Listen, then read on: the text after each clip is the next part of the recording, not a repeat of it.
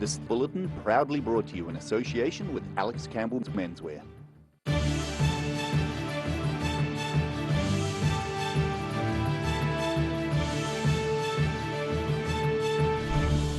Tonight on the South Today, Dunedin City Council's support for a local body campaign against Three Waters hits trouble.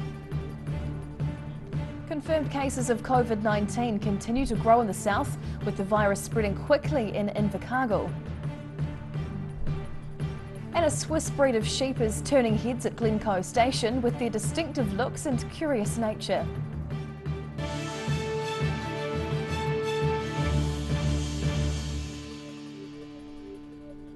Kia ora, good evening, I'm Hannah Wilkins. The Dunedin City Council's stance on the government's Three Waters plan could be forced to change after losing the support of Ngāi Tahu representatives. At a recent fiery meeting, a majority of councillors voted to join other local bodies in opposing the controversial reforms. But that decision has plunged the council's relationship with mana whenua into turmoil.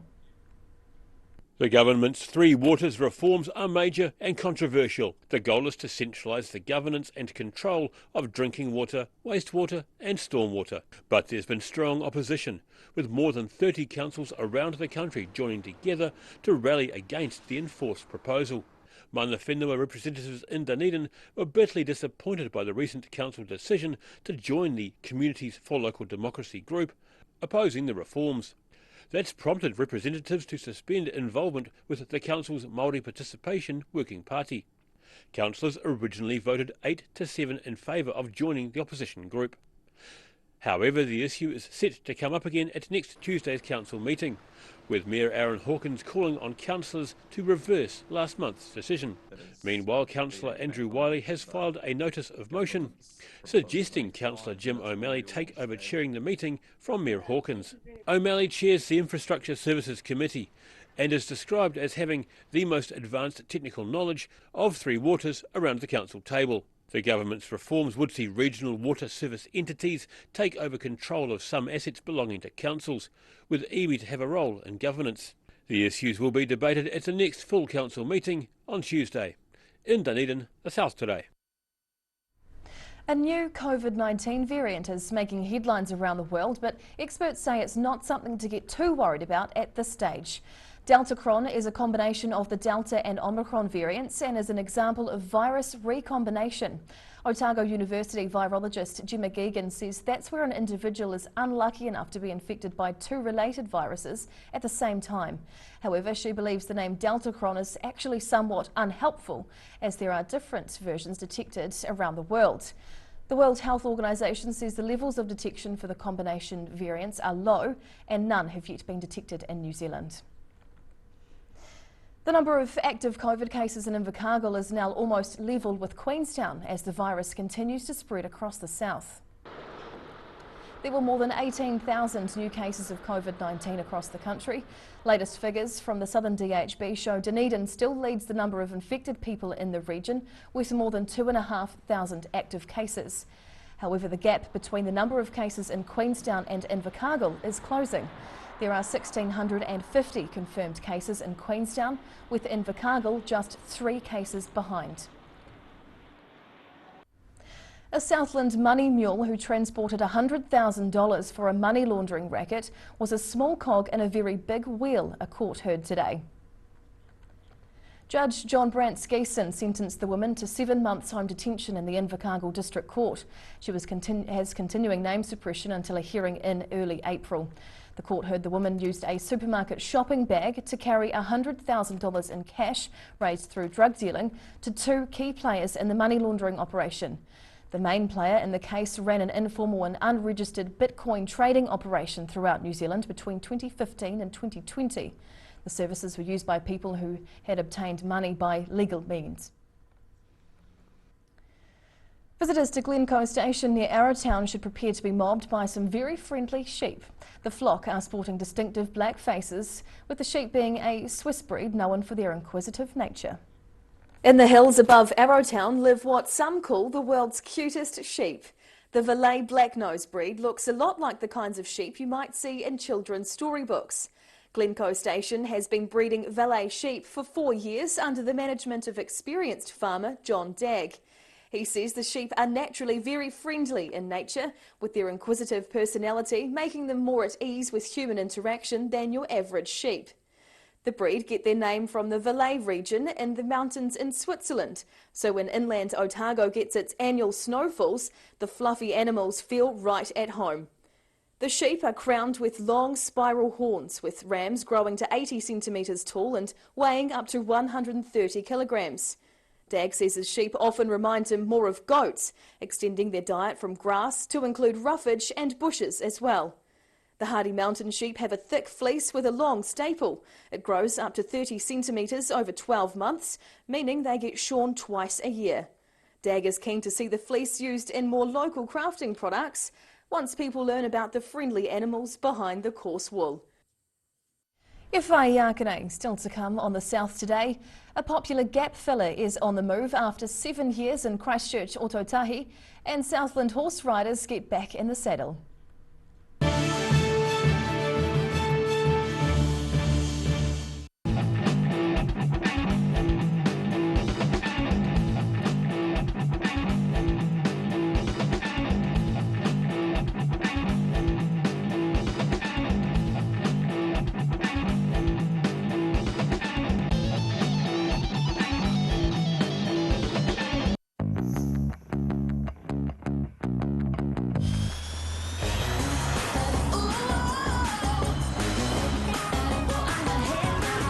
Spark your joy with jazz, the next generation from Honda. Hi, we're Age Concern Otago. Age Concern Otago hosts a multitude of social activities, including interwalks. If you're at risk of developing melanoma skin cancer, you owe it to yourself to have a mole map. Mole map is coming to your area. Phone today to make an appointment. It could save your life.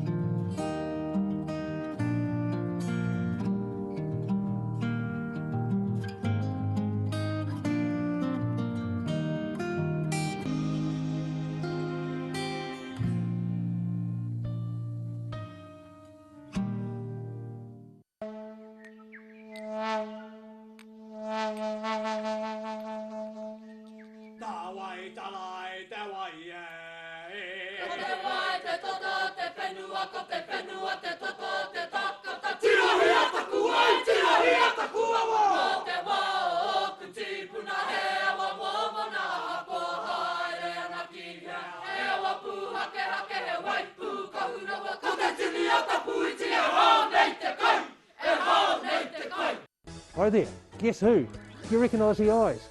Oh, okay, it's a haircut. Anyway, it's Lindsay here from Alex Campbell Menswear. Our 3 stores are carrying on as usual. Despite what's happening in the world, we have got some great stock for you. Personally, I've spent 50 years in this business and we have some excellent supplier relationships. We've got great stock, it's hand-picked, it's here, it's on time, and it's ready for this great summer. Alex Campbell Menswear, it fits. So, as my favourite cut says, keep calm and carry on. A poorly maintained heat pump can lose up to 35% of its output. The Mr. Heat Pump Cleaner team are experts. Their specially developed chemical wash is totally biodegradable. Call Mr. Heat Pump Cleaner and get the job done by the professionals. Every day the team at Gillian's supports grieving families at their time of need, from answering your questions to organising a farewell that reflects the wishes of your loved one. We can help. Call Gillian's today.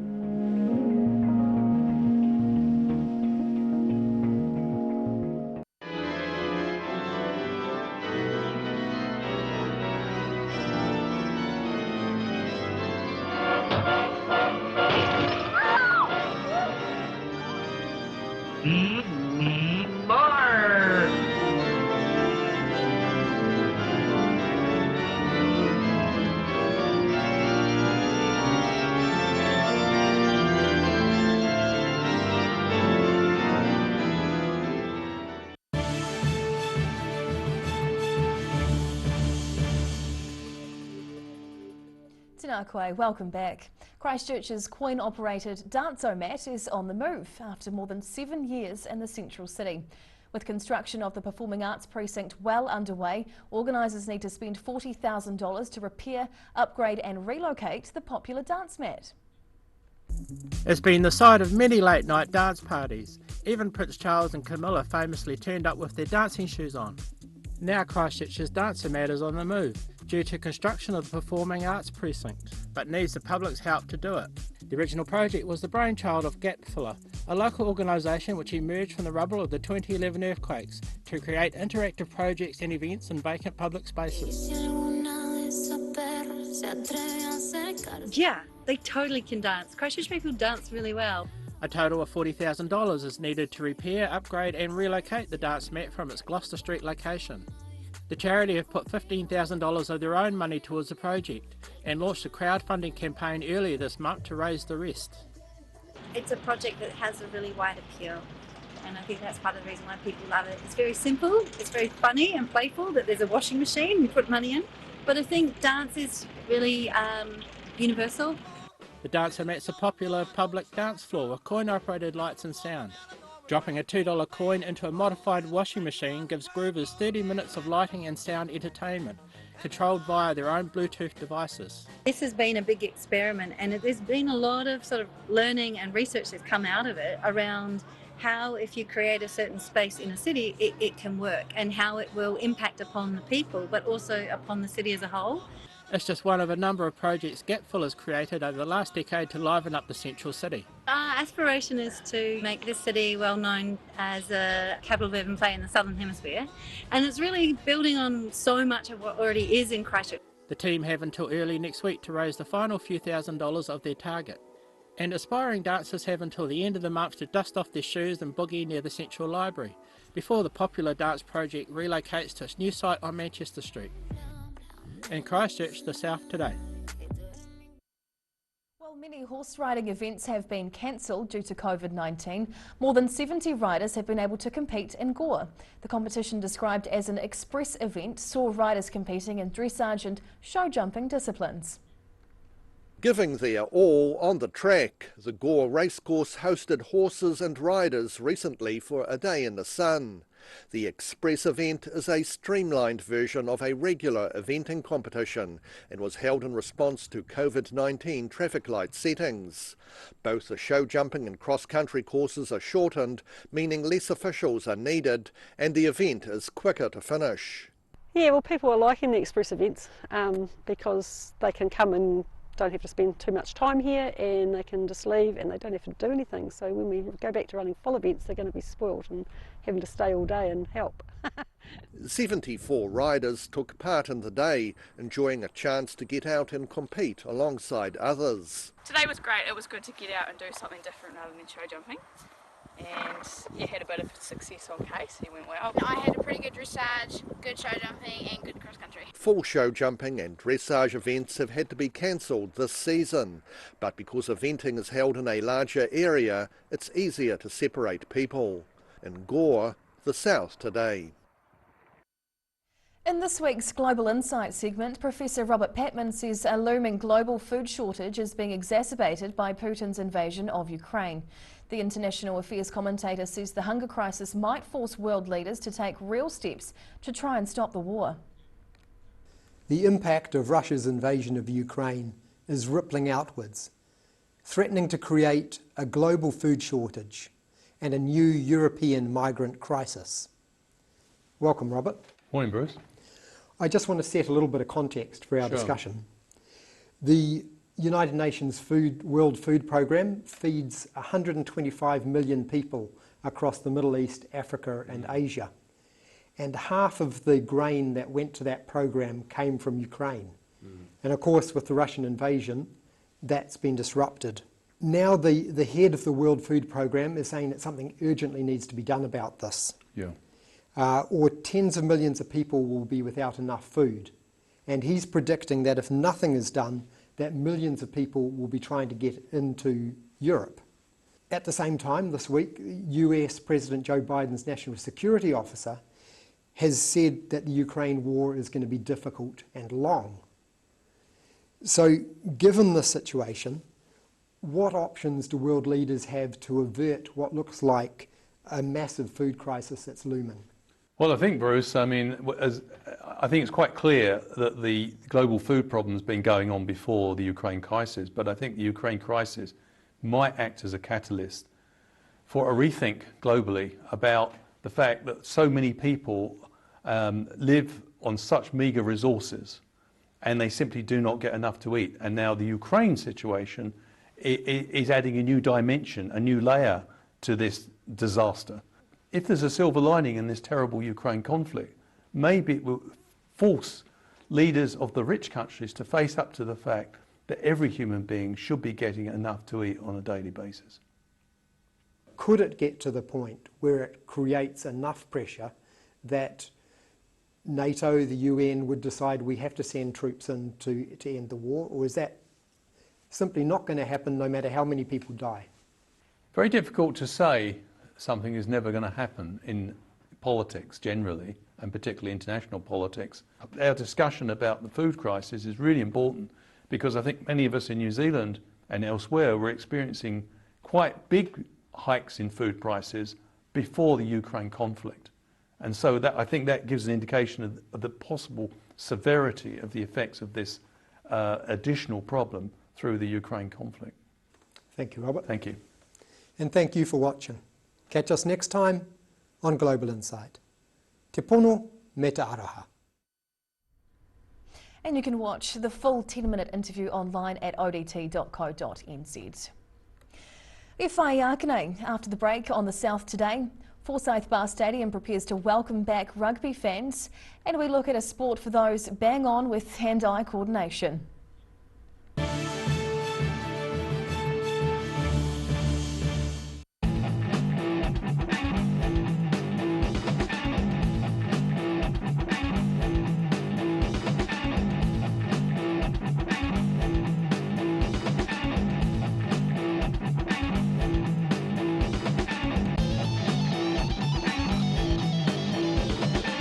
If you're at risk of developing melanoma skin cancer, you owe it to yourself to have a mole map.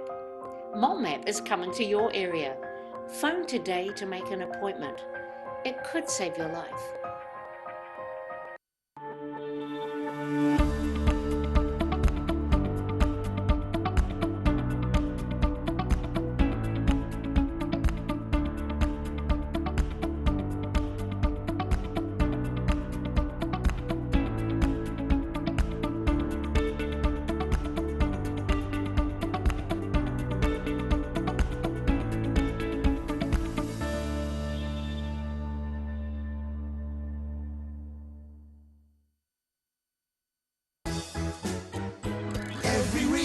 Every season, we're proud to dress the region. Alex Campbell Menswear, it fits.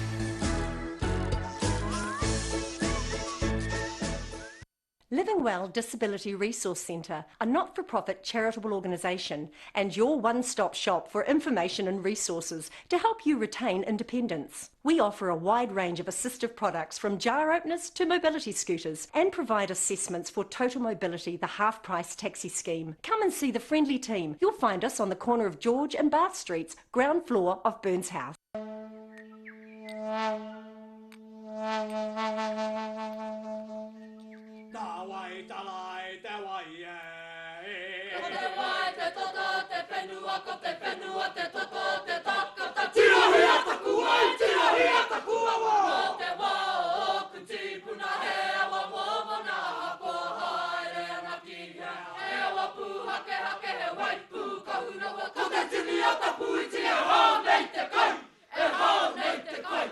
Hi, my name's Matt and I'm the Dines Group CEO. Dines is a company that's focused on selling logistics solutions to its customers. We're passionate about selling efficiency and we've been selling efficiency for over 50 years now.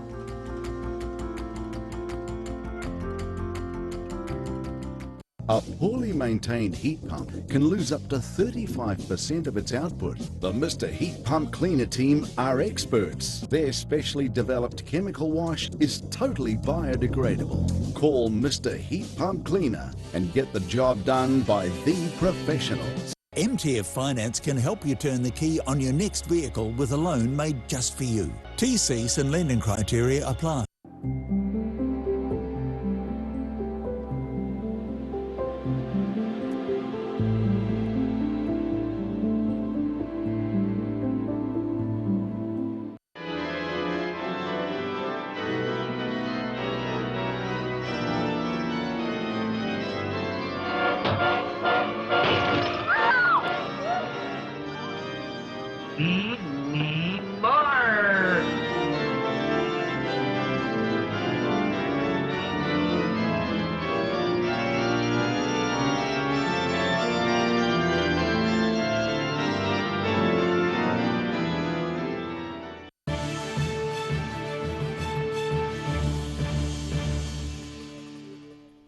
Tēnā koe, welcome back.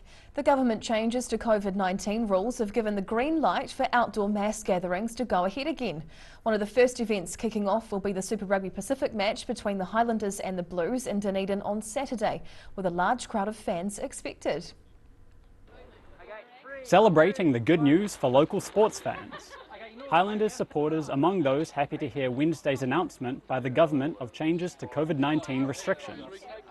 Crucially, large outdoor gatherings are now permitted without any crowd limits, which will mean this Saturday's Super Rugby Pacific clash between the Highlanders and the Blues can welcome back fans to the Forsyth Bar Stadium. Surprised, really, and excited at the same time, because obviously it wasn't something we were expecting this early in the piece. Adding to the good news for Highlanders fans is the confirmation of co-captain James Lynch's making a return to the starting lineup, one of 5 changes. Longtime fan and Otago Polytech student Nell Weatherston reckons the squad will be keen to feed off the energy and enthusiasm from the crowd. Oh, they'll expect a lot of cheer and excitement, and especially those first year students that will be out there in the zoo, like it will just erupt. Should be good. Despite the roof over Forsyth Bar Stadium, it's classified as an outdoor venue, meaning it can host a full house under the new red light settings.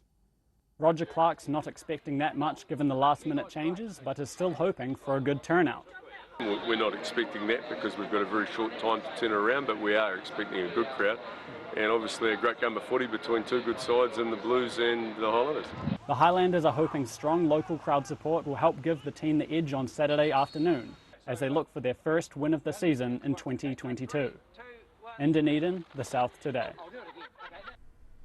For those looking for a sport that involves good hand-eye coordination, a calm temperament clay target shooting may be the answer. The Moa Creek Club held a clay pigeon shooting day recently, drawing a number from the organisation to take part. The club was founded in 1897 and is believed to be the oldest continuously operating clay target club in New Zealand. Membership currently sits at 16 and the group welcomes new members. For novice shooters, the sport offers a way to learn responsible gun handling along with the thrill of competition. And now recapping tonight's top stories on the South Today.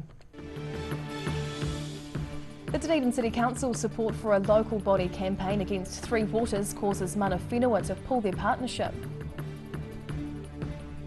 Confirmed cases of COVID-19 continue to grow in the south, with the virus spreading more quickly in Invercargill than in the resort town of Queenstown. And a Swiss breed of sheep is turning heads at Glencoe Station with their distinctive black faces, spiral horns and curious nature.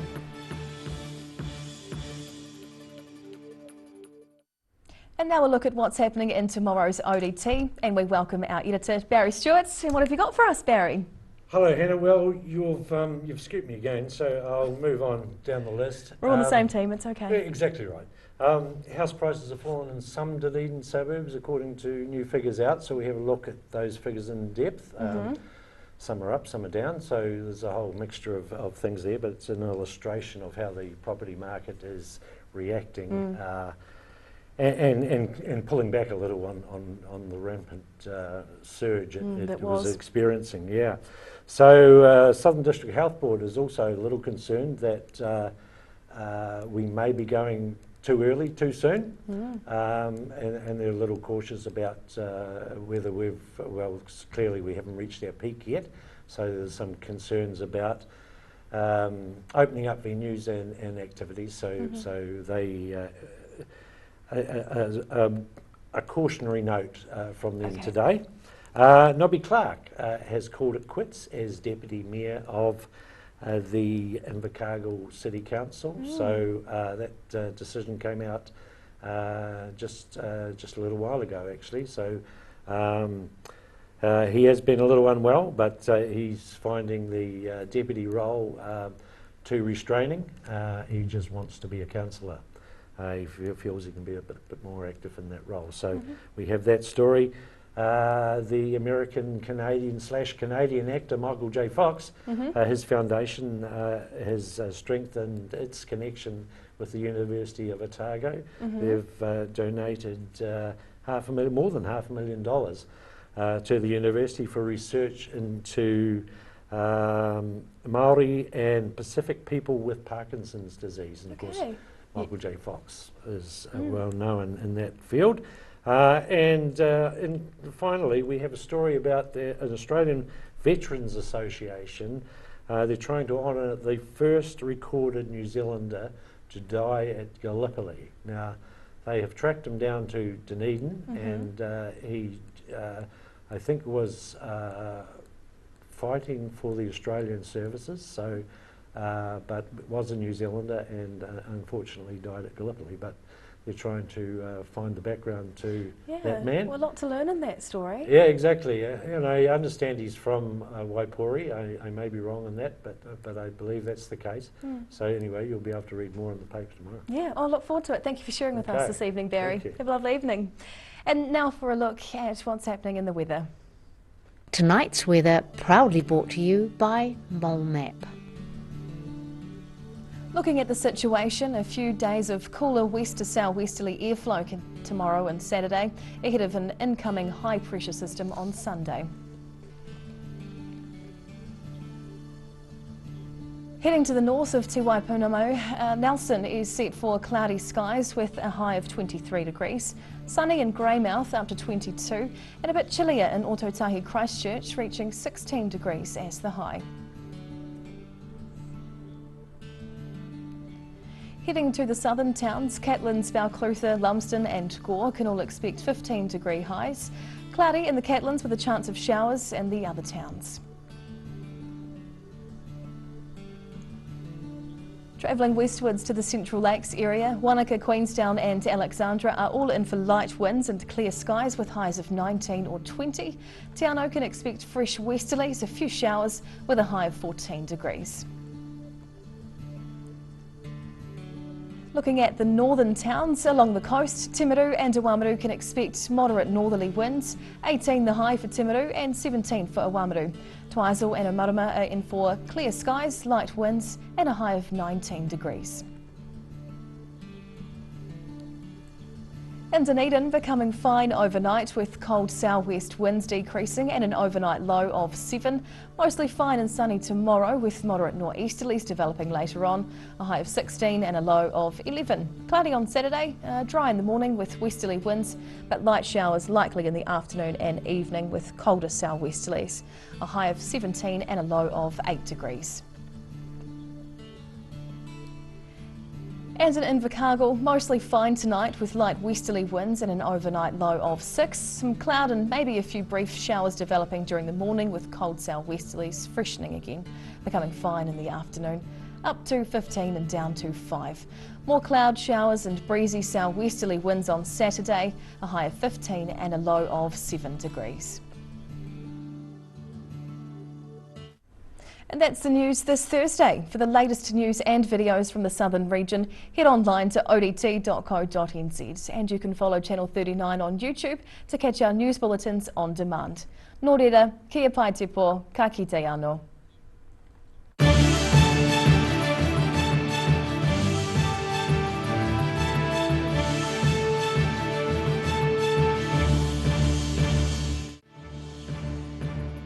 This bulletin proudly brought to you in association with Alex Campbell's Menswear.